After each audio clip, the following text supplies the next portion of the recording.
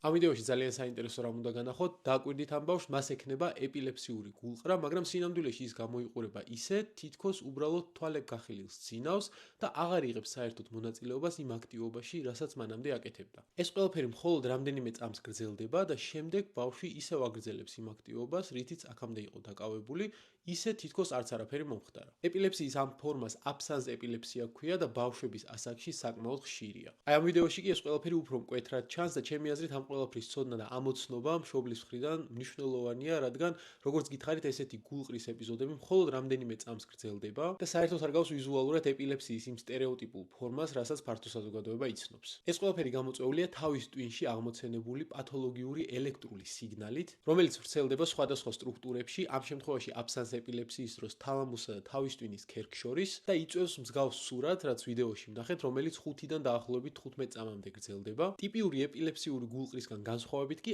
ამ დროს თავის ტვინის მოტორული კონტროლი, ანუ კონტროლი სხეულის სხვადასხვა ნაწილების მოძრაობაზე ეპილეფსიის ამ ტიპის დროს არ არის დარღვეული. შესაბამისად, უმნიშვნელოვანესია კარგად დავაკვირდეთ და ამოვიცნოთ ეპილეფსიის ეს ტიპიც, რათა მოხდეს სამედიცინო კუთხით გამოკვლევა, დიაგნოზის დროული დასმა და რაც უფრო მალე დაიწყება ეპილეფსიის კონკრეტული სინდრომების თერაპია, მით უფრო უკეთესია პროგნოზი.